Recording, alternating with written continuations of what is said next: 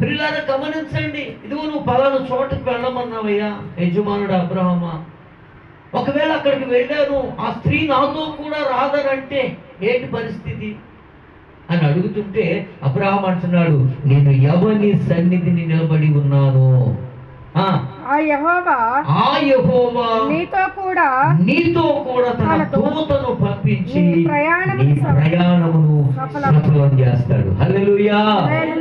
ఇప్పుడు ఎలియాజరుకు విశ్వాసం ఉంది, త్వరగా చేయమన్నాడు.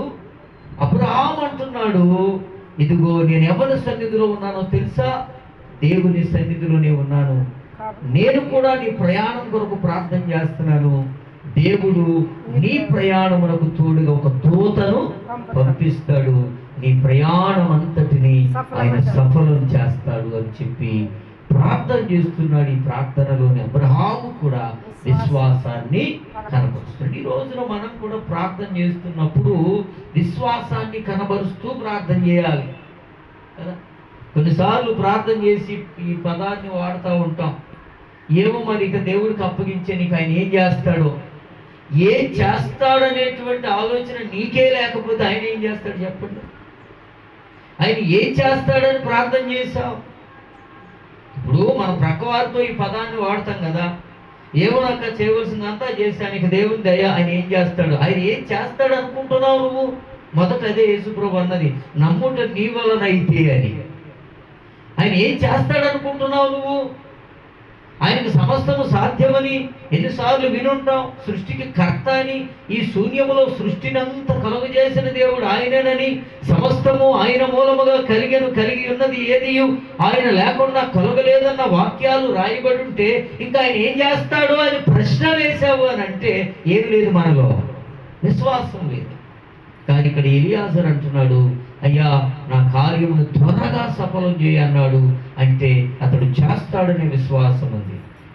ఆ యొక్క కుమార్తెను నాతో పంపుతారో లేదో ఆ స్త్రీని అని ఎలియాజరు అబ్రహాముతో అంటుంటే అబ్రహాం అంటుంది, నేను ఎవరి సన్నిధిలో నిలుచున్నానో నీకు తెలుసా, జీవము కలిగిన దేవుని సన్నిధిలో నేను ఉన్నాను, నా దేవుడు ఎటువంటి వాడో తెలుసా, నేను ప్రార్థన చేస్తే నీ ప్రయాణమునకు తోడుగా ఒక దూతను పంపించి నీ ప్రయాణం అంతటినీ సఫలం చేస్తాడు అని అబ్రహాము విశ్వాసపు మాట మాట్లాడాడు.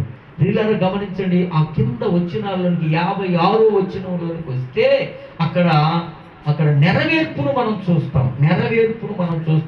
56వ వచనం చక్కగా చదవాలి. అప్పుడతడు యెహోవా నా ప్రయాణమును సఫలము చేసెను